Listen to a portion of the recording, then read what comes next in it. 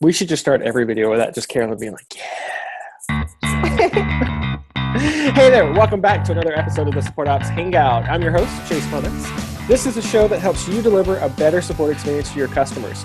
Before we jump into this week's topics, let's go ahead and meet the rest of the crew. Now, we might look a little different this week. We should point out, too, we're using Zoom.us now just to check it out, try it out for a little bit instead of Google Hangouts. So that's the difference in the video here. But other than that, the crew is still fantastic and awesome and back, which is probably the best part. So first up, Chase Livingston from Automatic. How are you? Doing very well. Glad to be here. And then next up, Carolyn from Buffer. Carolyn, I was going to say your last name, and I listened to the Buffer podcast and heard you pronounce it 2.5 years now. I still can't pronounce it. It's okay. I'm Carolyn Coprash, and I have a question for you all. Are you using speaker view or gallery view? Oh, I use the Speaker here. Yeah, speaker, because that's my view is the one that it records off of, which I found out last week. Did not know that. So instead of just like having a couple of talking heads like last week, at least this one like sorts through or whatnot. Cool. And last but not least, Jeff, who I forgot. It's been 2 weeks and I forgot. I even made myself a to-do and forgot. The awesome, magnificent, great video guy, Jeff, who was the best at everything. Checks in the mail, Chase. Thank you. I try. And I am just rocking gallery view right now, and I love it. I'm looking for gallery view as well. So yeah, Jeff, how are you? I'm great, thanks. Okay, after all that, you're like, yeah, I'm good. I'm great. Okay. I'm ready to rock. Let's do this.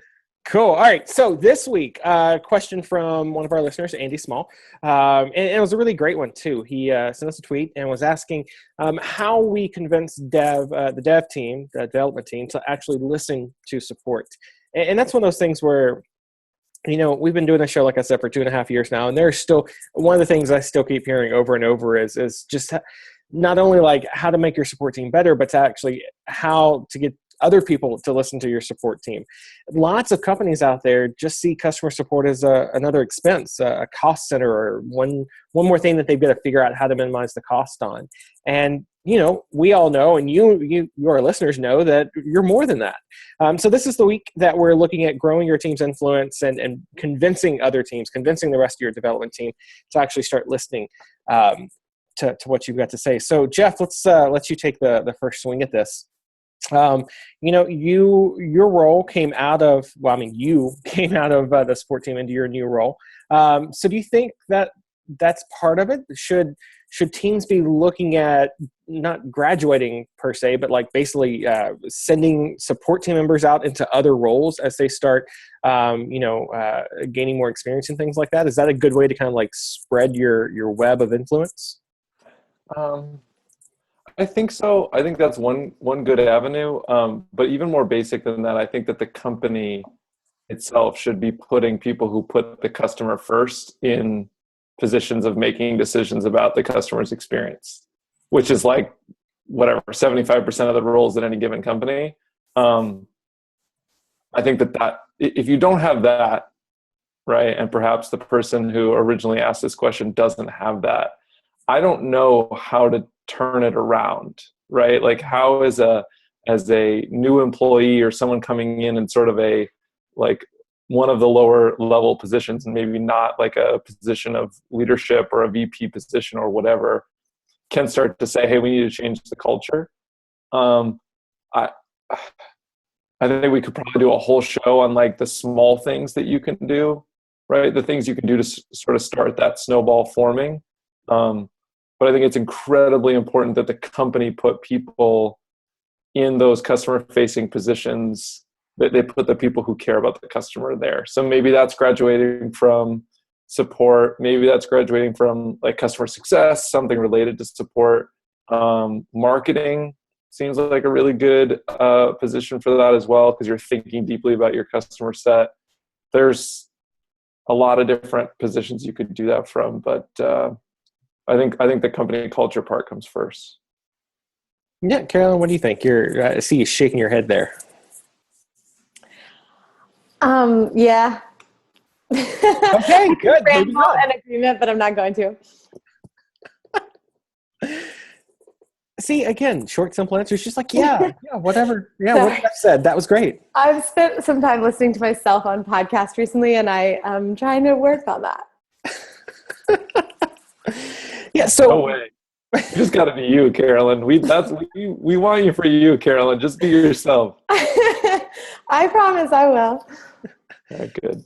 So, Carolyn, with Buffer, we talked about those the liaison roles that y'all have, which is a good way of making sure that the customer's voice and that the support team's influence is making its way throughout the company. So we won't rehash that one, but is that the only thing? We've changed it. Oh my God, you've already changed.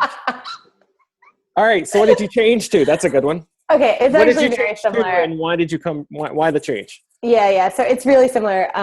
It's not that different. It's just instead of there being multiple product liaisons for the different teams, now there's one product signals person on what's a newly coined quality squad, which has like special like bugs focused person, kind of like an escalated tier 2, tier 3 type person, and this sort of product-minded person who also investigates signals and looks into things that aren't bugs but seem like they need to be addressed, confusions, things like that, or wishes.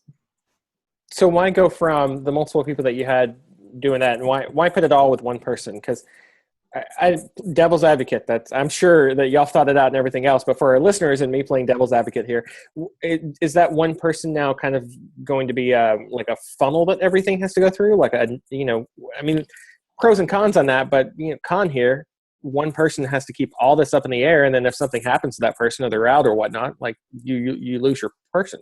Yeah, true. Couple reasons. One is that it's a dedicated role as opposed to the product liaison, which was a support role. So that person now is sort of empowered to do that all the time, not just like when possible. And secondly, we mostly did it because the product team completely rearranged, as opposed to we mostly map to the product team because then there's the smallest teams that map to each other, and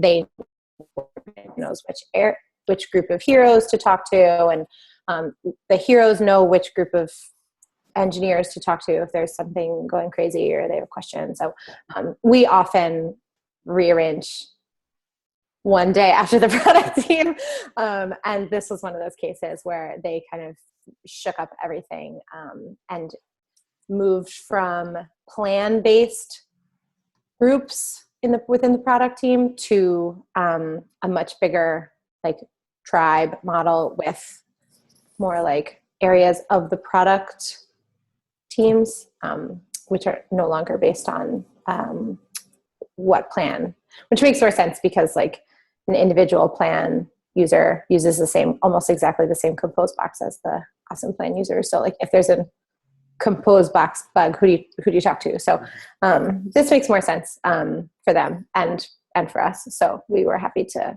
adjust.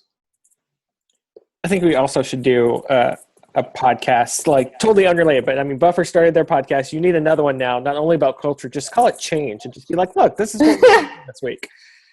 Yeah, it's a good idea. So Chase Livingston, when it comes to Automatic, that's a culture that's always been pretty famous for making sure that the customer's voice is heard and all that. But how is your team with Jetpack, specifically, how is your support team there making sure that you're not just holed off in a wall somewhere, that, the suggestions and the influence and things that you have to offer, how are y'all making sure that gets out to the rest of the Jetpack? I was going to say company, but that Jetpack bigger team. Yeah, that's a good question. First off, I will make it known I am using gallery view. I thought I was using speaker view just because that's what it said in the right-hand corner, but apparently that means you switch to speaker view. So, to throw that out there. Oh, no. Oh, everybody else was back. Anyway, Yeah, I think we were all. Oh, everything I don't thought know. I knew was ruined. Damn it, Livingston. Just like that.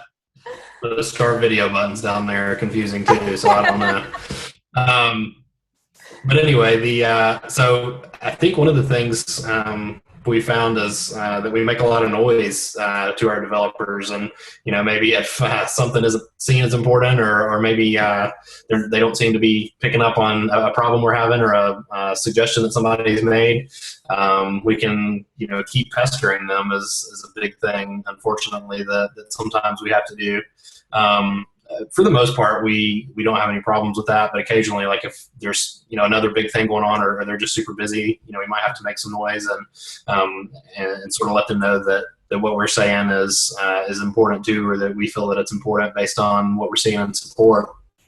And it automatic, even though we're a pretty large company, it's just still something that we sometimes struggle with, and that we're always working on, trying to make sure as we add new happiness engineers and sort of build out new happiness teams and structures and that kind of thing to support the growing number of users we have and that kind of thing, making sure that we have the best ways to communicate the problems we're seeing or whatever with even the growing number of development teams. The development's growing just as fast as support is at Automatic. So, there's constantly new teams being formed to work on, new projects that we're doing and that kind of thing. So it's sort of just a massive problem that we do the best we can to solve.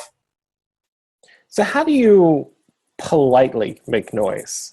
Because I would imagine, like, we joked and said pestering earlier, but I mean, there is a fine line there that moves beyond like badgering, pestering versus, a polite, like, hey, we're still seeing this. Like, can we get this fixed? Like, how do you walk that line? Yeah, for sure.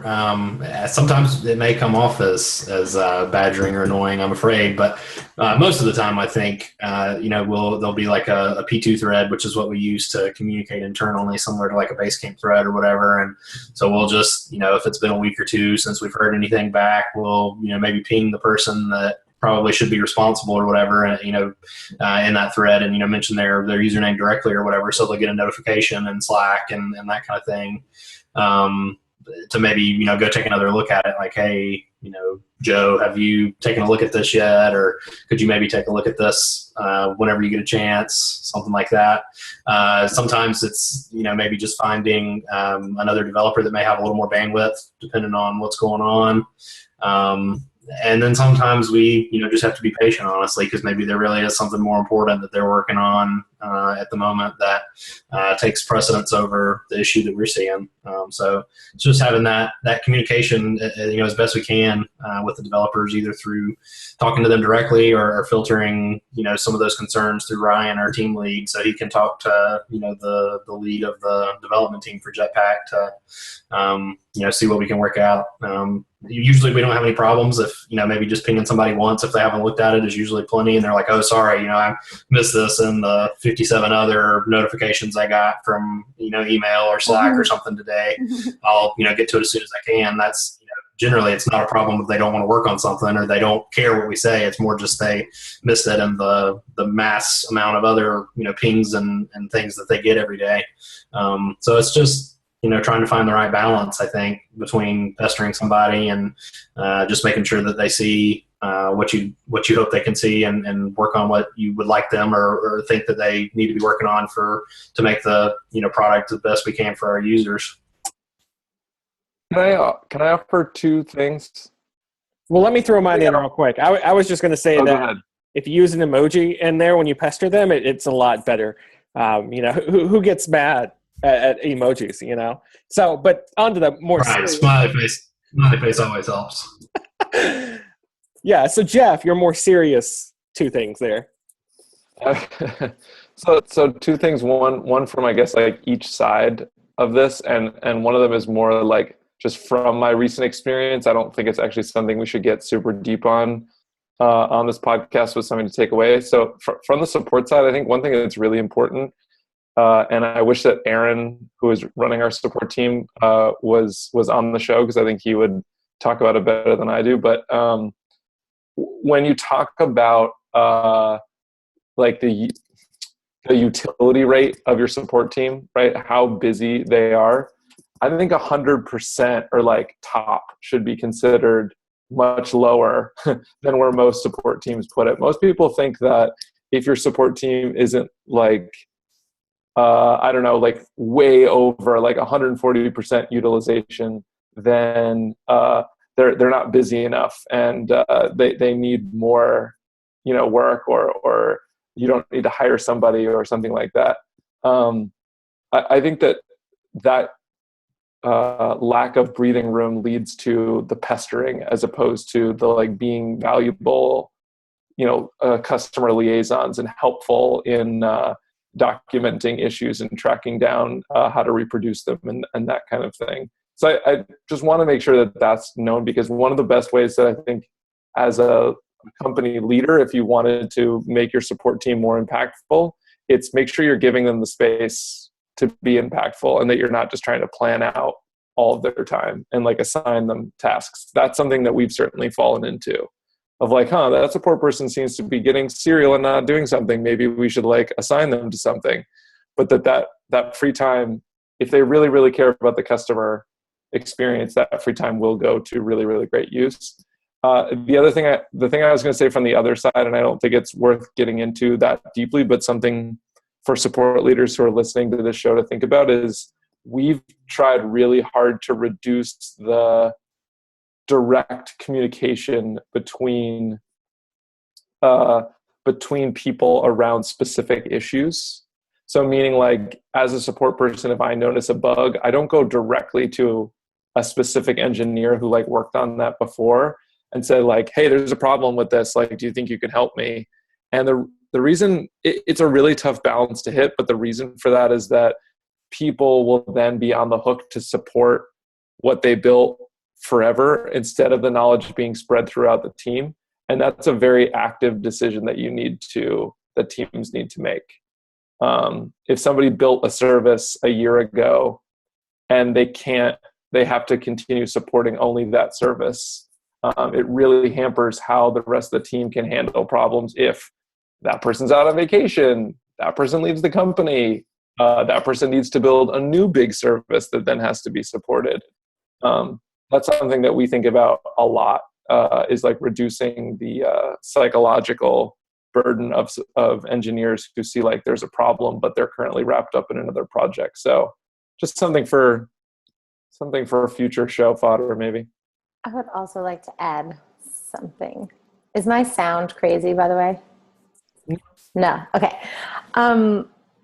Yeah. Okay. So I had an experience recently where, or we at Buffer, where we kind of went like, y'all, everything is so broken. Like, it's so bad.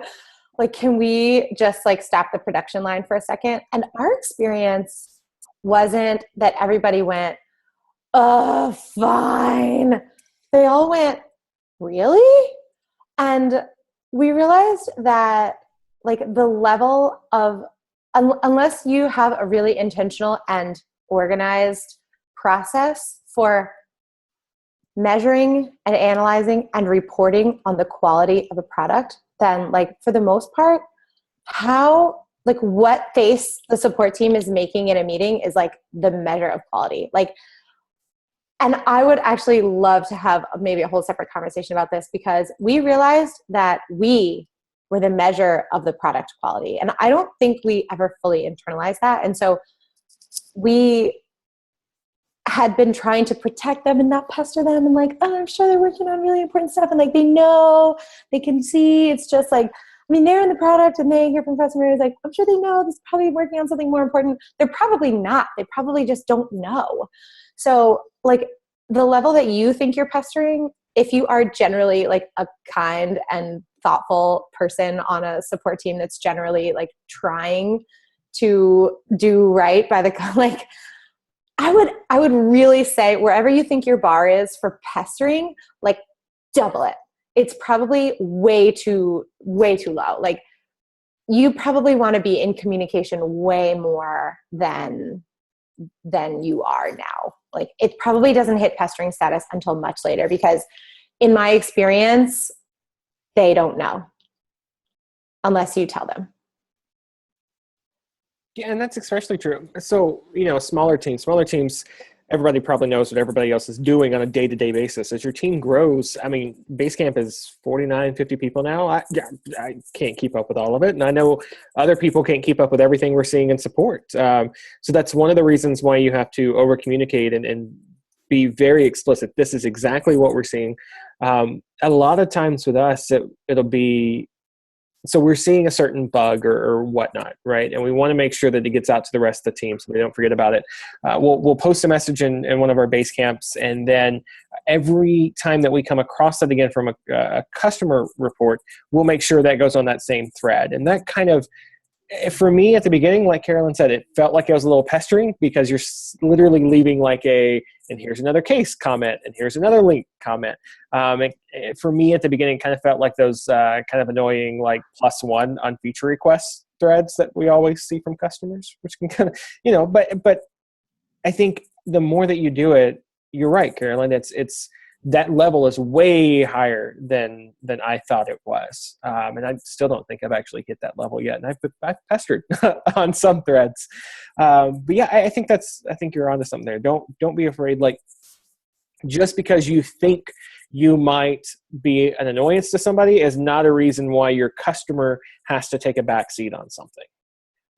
That's your job. Your job is to relay what you're seeing from your customers. I mean, you're paid for that influence, like we were talking about earlier. That's what you're there for. So don't try to like put yourself in a box or diminish your voice and the customer's voice just because you're afraid that you might be annoying somebody. Yeah, and I think we have to separate, though, and maybe Carolyn, you can do this. Like, pestering is. From my perspective, pestering is not a first-time thing. Pestering is like a reminding somebody about a previous issue that you already alerted them to. So bringing up issues that are happening versus reminding people about issues that you already told them about, and you got like the read receipt that they're like, "Yep, I saw this, got it." Like those two things I think need to be separated, because one is, I'm seeing issues on a daily basis and I want to raise them on behalf of the customer. The other one is, hey, like, just a reminder, weekly reminder that like this really needs work. And I think that those two things need to be considered separately. Okay.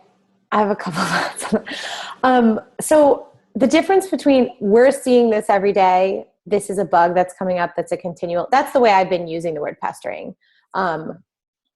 This, just a reminder that this needs work. I can't imagine a situation where that would be even the case if like it's not coming up over and over, unless like I don't know what this world is over on this side. So what can you? Do you have like a bug tracker? Like an Yeah. issue So tracker? that was the other thing I was going to say is I think that if you're feeling pestered or you're feeling like you're pestering, then that's a process question. Then it's, why do you have to ping someone on Slack? Like, why is it like, if you're feeling like you have to get over this emotional and social hurdle to like annoy someone on Slack in order to get a bug looked at, that's not a problem with that engineer or you. That's a problem with the process.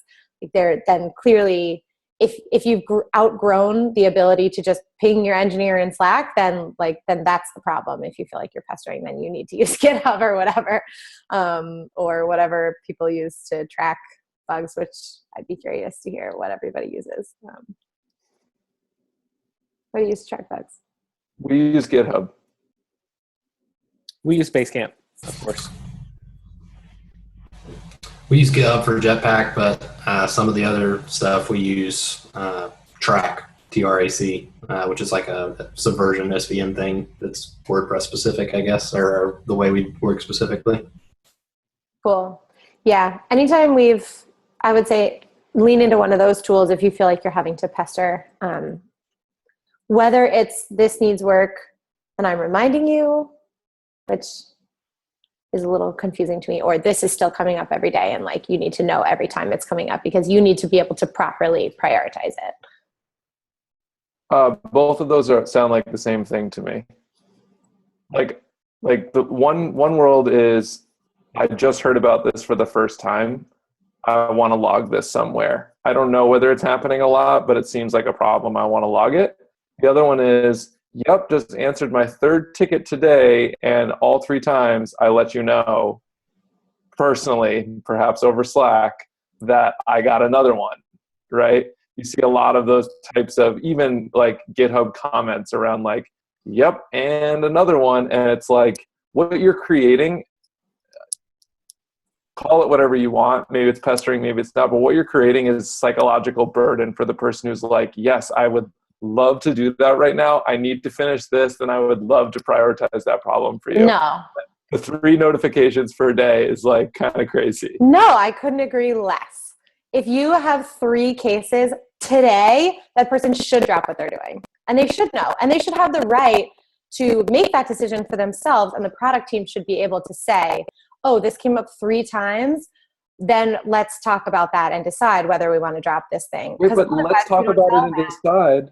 Carolyn, let's talk about it and decide is different than I'm just going to drop whatever I'm doing and start doing that. Let's talk about it and decide is a process. I'm just going to make this decision is not a process. No, but you don't even give them the right to make that. Let's talk about this and decide. If you don't tell them all 3 times. I don't think that that's true. I think for me personally, that when you have, it's all about how you look at it, right? So another comment of +1, I'm seeing this still, whatnot. For me, it comes in helpful for a couple of reasons. The first being, 1, it gives me a nice clean thread with all the customers that we've talked to about it, so I can let them know when it's fixed.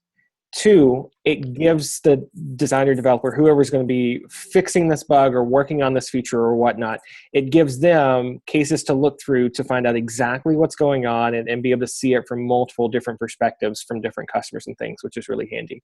I think it steps the line over into pestering when it starts to feel like your dentist telling you to floss, when it's or you're like your phone beeping and reminding you, hey, it's been 10 minutes. Make sure you stand up and walk around the room for a minute.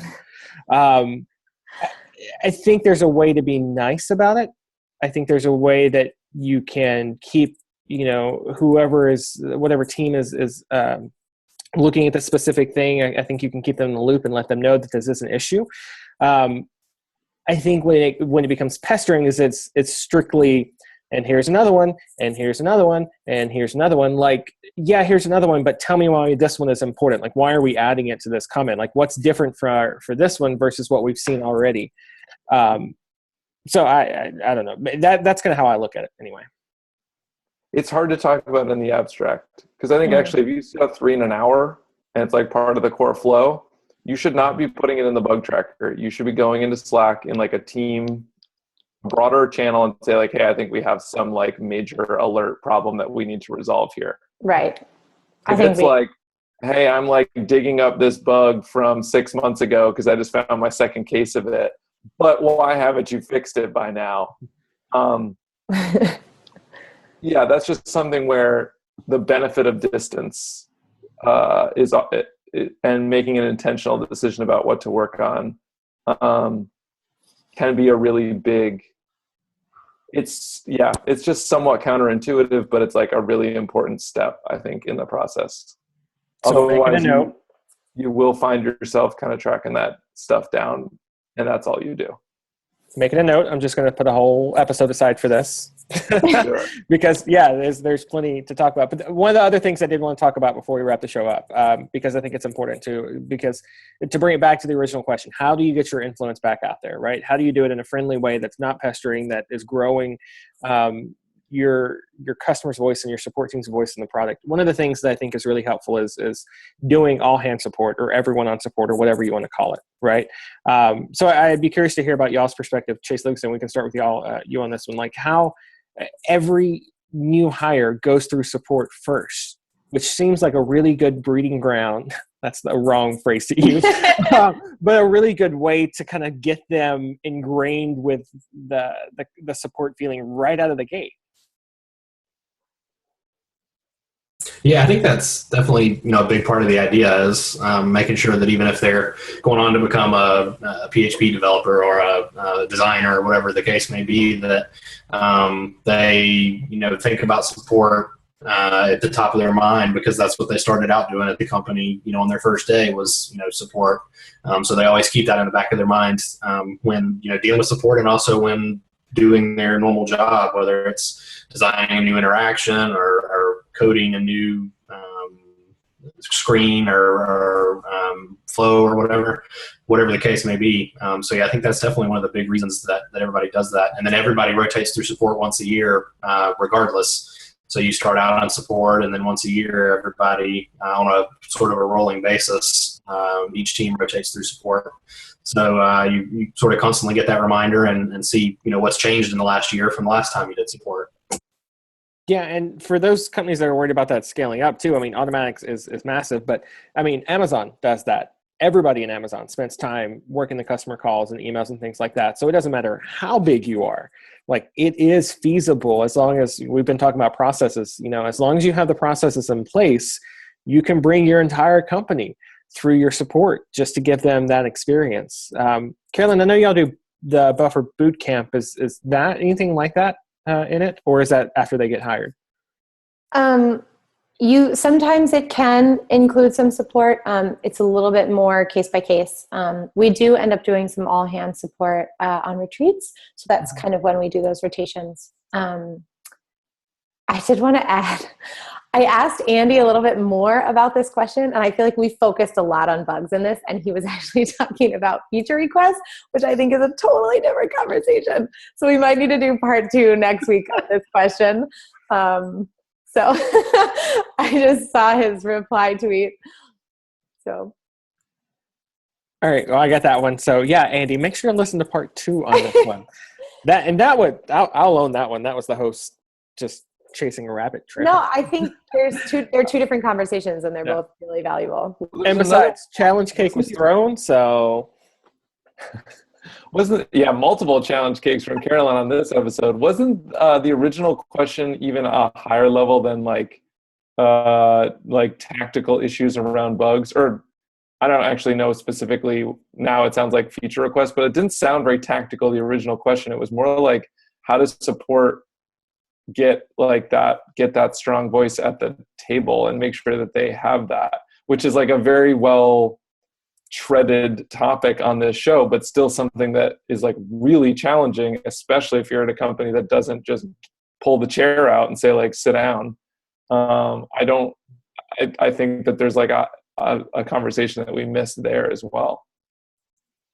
Yeah. And this is one of those where, so a lot of this episode too has been set up for talking about I just saw Andy's tweet too. So talking about that second part, how to present the case to the dev team when the support team knows what customers want. So we'll make sure to tackle that one on next week's episode.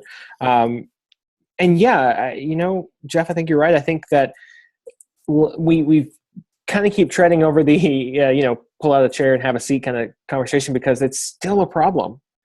Because it's still, I see emails every week where people, what's a good way to phrase it? Like, all right, so Buffer and Automatic and Wistia and Basecamp and all, we kind of live in a really nice support, not utopia necessarily, that's Bufferland utopia, but definitely a nice little niche where that, how do you want to phrase it? It's not that we've got it better than a bunch of other companies, but that we handle support differently. Okay, so we got it better than a bunch of other companies. And so we've got listeners that listen to the show, and they're like, oh, that's great. I see how it works for Buffer, but how can I make that happen when we don't have that kind of setup? So that influence, I think that was a really good thing that we want to touch on, because if you don't have it already, if you don't kind of walk into that at the beginning, then you have to fight for that. You have to fight to make sure that whenever you do have something, a bug or a feature or whatever, right? So when you have something like that, you have to, and your company's not listening to you about it, you've got to fight to get them to listen, but you've got to do it in a way that's not pestering, that's not angry or anything like that. So evidently, like we've mentioned, I think we missed a little bit on Andy's question for this one, but we're going to fix that in the next episode. Well, I would say, like, to Jeff's it's a good setup. To Jeff's point, from the very beginning, like, if you don't have the ear and if you view support as a cost center, then you've got a fundamental challenge then if that's the fundamental challenge that you're asking, then like you can't redesign the entire company culture. If you can, it's slow and painful.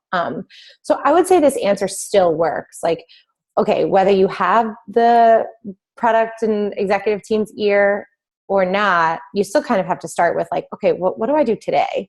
And that still is data and measuring and tracking, and like having, like building that case is still, it's whether they're already listening and you're just figuring out how to present the information, or if you're figuring out how to present the information so that they'll listen. I feel like that's like very similar path of like how I behave today and what processes I put in place today. I think that that's right. I don't think we talked a lot about how a support leader. So let's say that you're a support leader at a large company or mid-sized company, whatever. And by large, I mean like automatic is extra large, like super big. You walk in, you're already given the seat at the table. How do you make the most of that? Like, what is a support leader who isn't doing support? Like, they're not writing any emails to customers. What do you do to make sure that the rest of the company is like, yes, support is like a super valued avenue for input from us. They are a great barometer of, overall customer happiness and satisfaction. Like, what do you do? What do you just make sure people are answering tickets? Like, what do you do? And I don't necessarily have the answer to that question. Maybe that would be one where you just fire me for an episode and you bring in like Andrew Spittle or something, someone who's like way smarter about that than I am. But I think it's a really interesting question. Agreed. See, if nothing else, this episode has given us a lot of good follow-up episodes that's coming after this one. Yeah.